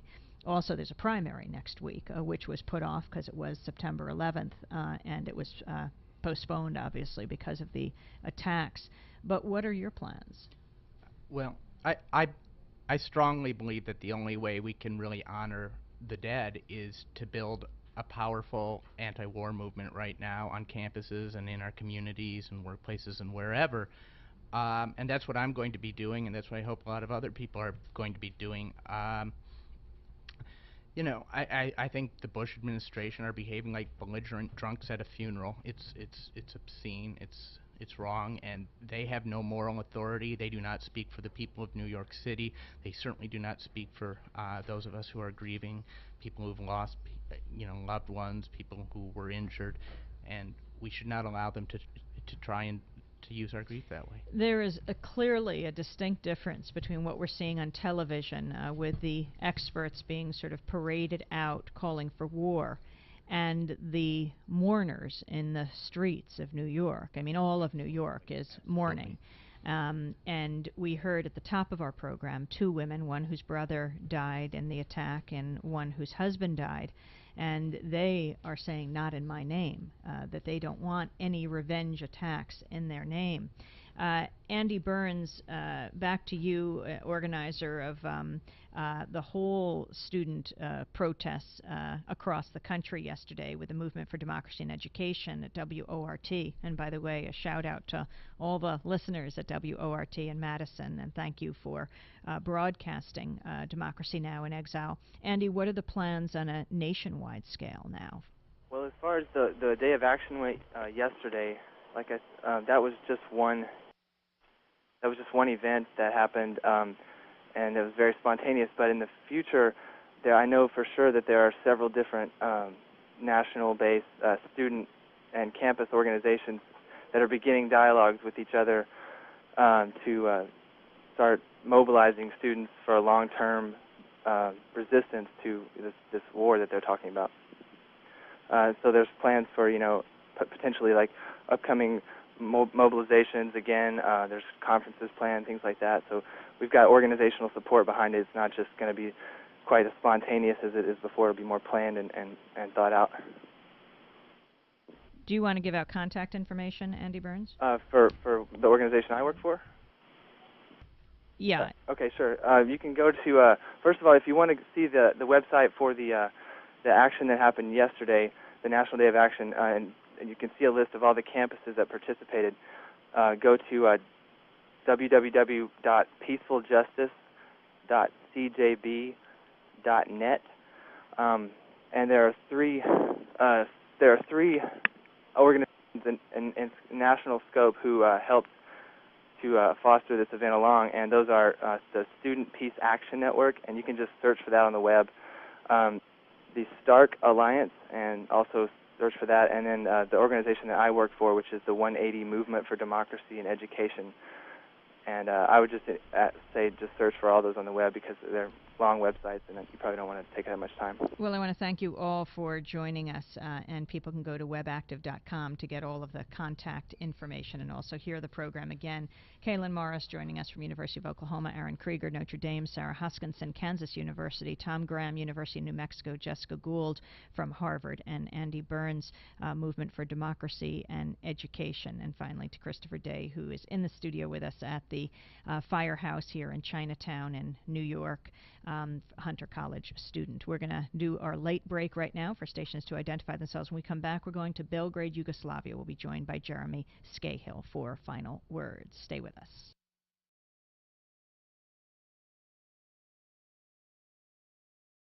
As we go now to Yugoslavia, in the wake of the terror attacks, the World Trade Center and Pentagon, the mass media went around the world to get international reaction. The places they didn't go were also instructive. Places like Iraq, Colombia, East Timor, and Yugoslavia, the most recent country to be visited by a prolonged U.S. bombing campaign. We go now to Belgrade to Democracy Now! Correspondent, former producer, Jeremy Scahill, to talk about reaction there to the terror attacks and the near certainty of a U.S.-led war against Afghanistan. First, welcome to Democracy Now! In Exile, Jeremy. Thank you, Amy. Well, where were you when you heard about the attacks? Well, actually, September 11th was a day of tragedy in my family. Even before that first plane smashed into the North Tower of the World Trade Center, we were actually burying my wife's uncle here in Belgrade, who had just lost a very painful battle with cancer. And my phone rang while we were at the funeral, and a colleague asked me, have you heard the news of what's happening in your country? And I said, I'm not paying attention to anything today. I'm at a funeral. And she interrupted me and she said, no, you're going to want to hear this. And she told me that this airplane had smashed into the World Trade Center. And then a short time later, my mother called me very frantic and described to me how a second plane had hit the World Trade Center, and then a third plane had hit the Pentagon. And I was just absolutely shocked and horrified. I couldn't believe what I was hearing, and I have to admit I was apprehensive about telling anyone at the funeral, even though it was family, for a number of reasons. One was that they were burying their loved one, and another was that everyone in that room, there were dozens of people there, had felt the horror and absolute pain of America's own bombs for 78 straight days in 1999. And they know very well that few people in America rose up to feel their pain or to denounce, those cowardly and barbaric and premeditated acts carried out by, the United States. And so, I was very, very apprehensive. I mean, I was thinking, why should anyone in this room feel sympathy for us, for Americans, when they had to live through this terror that was unleashed by American taxpayer dollars and bombers flying 15,000 feet above their country. But as I started to tell people what had happened, I mean, I was a little stunned by the responses. Everyone began, and they're at a funeral, to ask how my family was. People were offering to drive me to a location with a satellite TV. They offered, a very poor family offered to let me use their telephone to try to call friends in New York, people from Democracy Now! Jeremy, I'm going to interrupt for a second just to ask you to just get onto your cell phone, which we have already called. It'll just make for a clearer connection. Well, we'll see if we can keep you there on the phone. As we wait, I'll bring you this news. At least 2 people were shot dead and 3 others injured today as thousands of protesters across Pakistan demonstrated against their president's decision to help the United States track down Osama bin Laden and punish his Taliban protectors. Police said gunfire erupted at a rally after Friday prayers in the poor area of Sohrab Goth in the port city of Karachi. Protesters shouted, "God is great," and "Down with America" at rallies across the country in response to calls by Islamic groups for a show of support for the Taliban. And fierce fighting raged in northern Afghanistan today as Taliban troops battled opposition forces seeking revenge for the assassination of their leader while taking advantage of threats of U.S. strikes. We are now going back to Belgrade to rejoin Jeremy Scahill. Jeremy? Amy, there's actually a bit of news out of Belgrade today related to this, and that is that top government officials here are saying that there are what they consider to be credible threats of terrorist attacks here in Belgrade by Albanian extremist groups from the south of Serbia. There's been a lot of focus in the press here on Osama bin Laden's links with the Kosovo Liberation Army. Members of his al-Qaeda network had helped to train the Kosovo Liberation Army, and thousands of fighters from the Mujahideen were fighting with the Bosnian Muslims during the secessionist wars in Yugoslavia during the 1990s. There are credible reports that Osama bin Laden was given citizenship in Bosnia in gratitude for his forces fighting there. This would be consistent with the United States support for the Mujahideen and also the Kosovo Liberation Army. So today in Belgrade, there's also a bit of tension, fear that terrorist attacks are going to strike here as well. But in general, there's been a very diverse array of opinions coming from people and the media here in Belgrade. On the one hand, you have, I think the vast majority of people who are very horrified and shocked that this happened, and their sympathy goes out to the innocent Americans who lost their lives on September 11th. You do have the occasional comments that America deserves it, that America is now feeling what so many nations of the world have felt because of America's bombs, but largely people have an enormous sense of compassion, and I think it comes from having felt that pain themselves. Amy, on something that's not related to Belgrade, I just wanted to share with Democracy Now! Listeners, if you didn't already cover this today, some comments that were made by the Defense Secretary Donald Rumsfeld yesterday. And this is a quote that I think a lot of people would find shocking in how blunt it is. And Donald Rumsfeld said yesterday in defining what victory would be in this war against terrorism, quote, "I say that victory is persuading the American people and the rest of the world that this is not a quick matter that's going to be over in a month or a year or even 5 years. It's something we need to do so that we can continue to live in a world with powerful weapons and with people who are willing to use those powerful weapons, and we can do that as a country, and that would be a victory in my view." So that's just the latest in a string of shocking and threatening comments coming out of the Bush administration. People here are very, very nervous that the United States is going to obliterate the very poor and impoverished nation of Afghanistan and perhaps other nations in the region. Jeremy, I want to thank you very much for that report. You have an interesting perspective. You can watch Serb television. You can also get satellite transmissions from all over the world. You may know more about what's going on in Washington now than most people in the United States.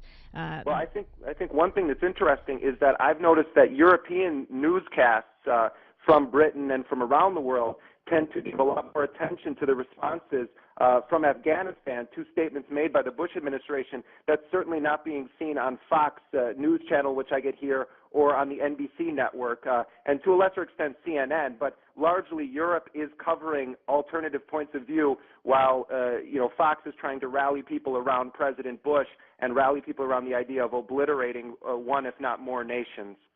Well, I want to thank you very much for being with us and wrapping up our 2-hour special today on the War and Peace Report, which will continue all throughout next week and in these very critical times. Jeremy Scahill speaking to us from Belgrade, Yugoslavia, and we will come back to him very soon in the coming days. For copies of today's program, you can call 1-800-735-0230. You can email us at mail@democracynow.org. You can tell Pacifica stations, you can urge them to air Democracy Now! In Exile, which is produced by Chris Abrams, Brad Simpson, and Miranda Kennedy.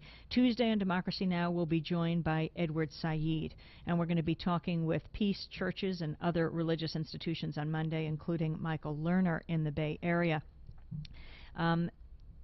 Anthony Sloan is our music maestro and engineer. Errol Maitland is at the helm at WBIX.org with Reem Kathuda. Special thanks to Chase Pearson and Tony Riddle of Manhattan Neighborhood Network. Rick Youngers at the controls here for MNN. Hoi No. Karen Ranucci, Adrian Yennick, Jeff Galusha, Lyle Davies, Dee Dee Halleck, Lenny Charles, Lizzie Ratner, and our host here at Downtown Community Television, John Alpert and Keiko Tsuno. Thank you to the Pacifica stations, especially KPFA and KFCF in Fresno, Pacifica affiliate, with affiliate stations around the country that are airing these special broadcasts. We are Pacifica. You can see the program in New York on channels 34 and 56, that's MNN, nationally on Free Speech TV, channel 9415 on the Dish TV satellite network, and online at freespeech.org. You can also hear the program at webactive.com. We're in the historic Firehouse Engine 31 in Chinatown, blocks from Ground Zero, still in the evacuation zone, in exile from the embattled studios of Blair in Washington last night to meet President Bush, suggested that military strikes inside Afghanistan targeted on bin Laden's training camps could come in a matter of days. According to The Guardian, another plank in the U.S. military strategy appears to entail supporting the campaign of the exiled 86-year-old monarch of Afghanistan, King Zahir Shah, to return to power by encouraging the guerrilla army of the Northern Alliance opposition to fall in behind him. Diplomatic documents seen by The Guardian show that Washington is funding and organizing the travel of several Northern Alliance figures to Rome to confer with the exiled monarch, who's expected to call on all Afghan tribes to rise up in revolution against the Taliban. At least 1 million Afghans face starvation if the World Food Program cannot return evacuated staff to the country and resume its normal operations there. The World Food Program has still 3 weeks' worth of supplies in warehouses in Afghan cities, but it could not distribute it to rural areas hard hit by a severe drought and the crisis over Osama bin Laden. This according to a spokesperson. Like all other United Nations agencies, the WFP had to evacuate its staff from Afghanistan hastily last week as the United States threatened to attack the country. Meanwhile, Yusuf Hassan, spokesperson for the United Nations High Commissioner for Refugees, said 200,000 Afghans had fled their homes for the countryside or neighboring Pakistan. UNHCR says 15,000 Afghans have already entered Pakistan since September 12th, and thousands are waiting at the border to enter. Hassan said that Pakistan was letting in Afghans with valid visas even though it's closed the border. A spokesperson for the UN Coordinator's Office for Humanitarian Activities for Afghanistan said the UN is particularly concerned about providing enough food, water, sanitation, and tents as winter fast approaches. She also said that crime in the Afghan capital of Kabul has increased, with shootings and armed robberies on the rise. New York City's already battered psyche was dealt another jarring blow yesterday when Mayor Rudolph Giuliani revealed the number of missing people has climbed to 6,333, an increase of 911. As it did last Friday, rain slowed the rescue efforts yesterday at the wreckage site, which yielded no survivors for an 8th consecutive day. The number of dead recovered now stands at 241. Mayor Giuliani says the increase in missing people is attributable to foreigners not previously included in the official tally, including 250 British nationals. Yesterday, more than 125 organizations joined in a statement warning that legislation and regulations adopted in the heat of anger could erode the liberties and freedoms that are at the core of the American way of life. The coalition, whose members range from the conservative Eagle Forum and the Gun Owners of America to the Liberal National Lawyers Guild and the Gay and Lesbian Task Force, called for calm and deliberate action that honors constitutional rights, especially free speech, and avoids stigmatizing any racial, religious, or ethnic group. Organizations representing Muslim, Hispanic, Chinese, Japanese, and Arab Americans joined the alliance, along with such traditional groups as the NAACP and the Leadership Conference on Civil Rights. The groups are denouncing legislation that would widen the government's ability to detain or deport foreigners. The legislation would expand that to foreigners who support a subgroup not involved in terrorism, but which is associated with, quote, a terrorist organization. Already under sharp criticism is a section that would permit a foreigner to be detained for an unlimited amount of time during a national emergency.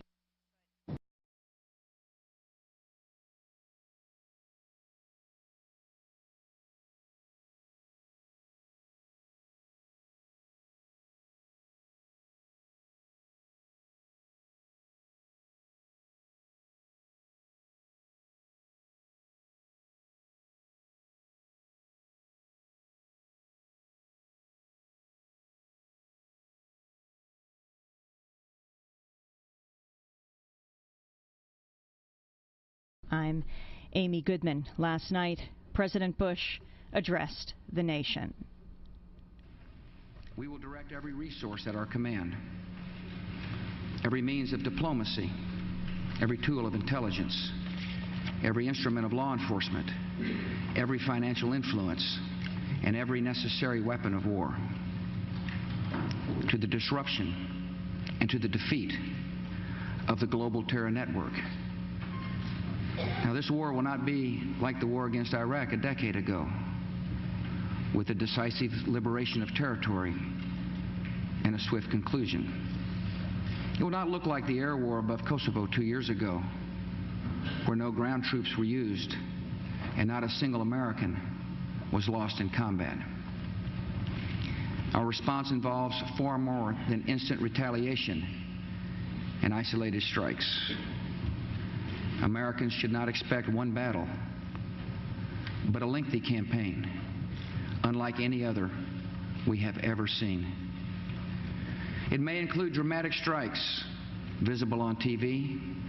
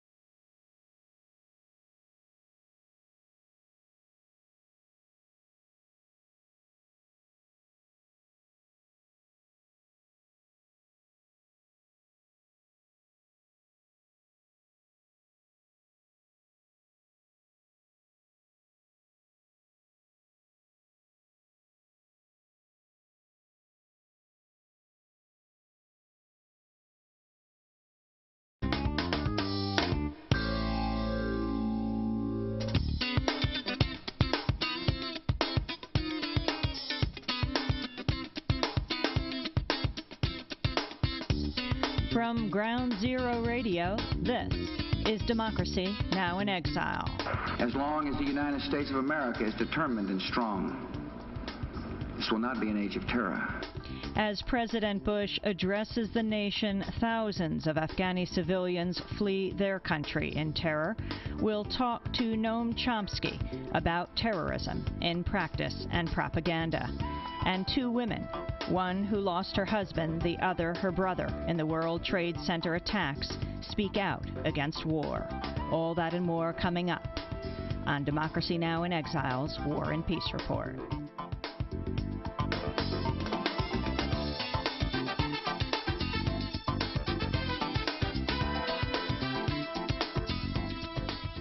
Welcome to the War and Peace Report, just blocks from where the World Trade Center towers once stood. I'm Amy Goodman. Afghanistan's Taliban rulers today refused to hand over Osama bin Laden and warned that U.S. attempts to apprehend him by force could plunge the whole region into crisis. The announcement came hours after President Bush demanded that Afghanistan immediately deliver bin Laden and shut down every terrorist training camp in the country or face military attack by the United States. The Taliban ambassador to Pakistan, Abdul Salam Zaif, called for an investigation into the attacks by the United Nations, saying, quote, "Our position on this is that if America has proof, we're ready for the trial of Osama bin Laden in light of the evidence." Zaif also said he was sorry people died in the suicide jet attacks on the World Trade Center and the Pentagon last week, but appealed to the United States not to endanger innocent people in a military retaliation, and said that President Bush's ultimatum poses great danger to Muslims. President Bush delivered the ultimatum in a nationally televised speech to a joint session of Congress last night. He warned the war would include the deployment of ground troops and would likely involve the loss of American lives. The London-based newspaper The Guardian is reporting that the U.S. government is pressing its European allies to agree to a military campaign to topple the Taliban regime of Afghanistan and replace it with an interim administration under United Nations auspices. Diplomatic cables from the Washington embassy of a key NATO ally, seen by The Guardian, report that the U.S. is keen to hear allied views on, quote, post-Taliban Afghanistan after the liberation of the country. The embassy cable reveals that the U.S. administration is bent on force to evict the Taliban from power because of the shelter it's offered Osama bin Laden, named by the White House as prime suspect for the New York and Washington attacks. The Guardian has also learned that two large U.S. Hercules transport aircraft landed in Tashkent, capital of the former Soviet Republic of Uzbekistan, on Tuesday, loaded with surveillance equipment to be installed along the northern Afghan border. The secret landing represented a radical departure, since it appeared to herald the deployment of squadrons of U.S. fighters at Uzbekistan's sprawling airfield at Termez, directly on the border. Such a buildup would incur the wrath of Russia, which views the Central Asian republics as its backyard. The Pentagon yesterday continued its move to a war footing with orders for up to 130 heavy bombers, fighters, aerial refueling planes, and other combat aircraft to be deployed around the Middle East and the Central Asia region. The Army Secretary Thomas White said yesterday that ground troops are being sent to the region. The Navy has also sent an additional aircraft carrier toward the Middle East region, which along with the air deployment could place up to 500 U.S. warplanes in the Mediterranean, Gulf, and Indian Ocean areas. British Prime Minister Tony Blair. And covert operations, secret even in success.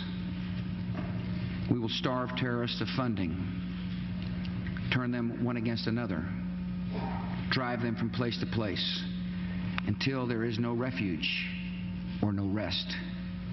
And we will pursue nations that provide aid or safe haven to terrorism.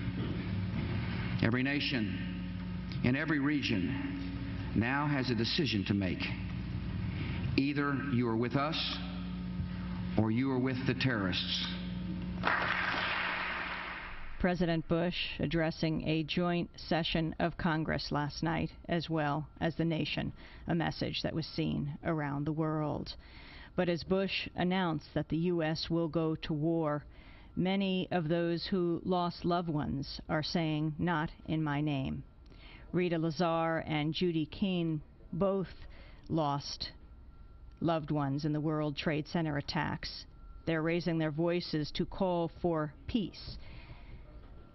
Rita Lazar joins us from New York, Judy Kane from Connecticut. Welcome both to Democracy Now! Hello, Amy.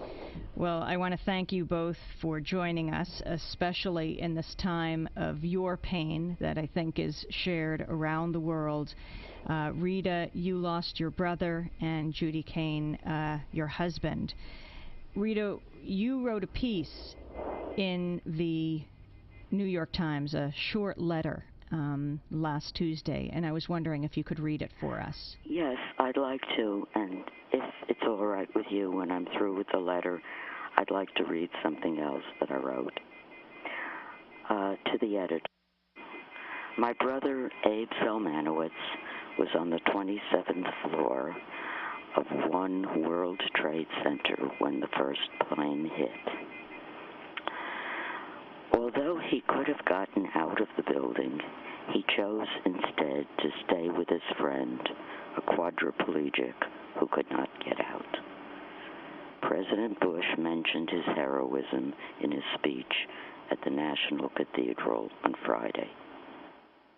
It is in my brother's name and mine that I pray that we, this country that has been so deeply hurt, not do something that will unleash forces we will not have the power to call back.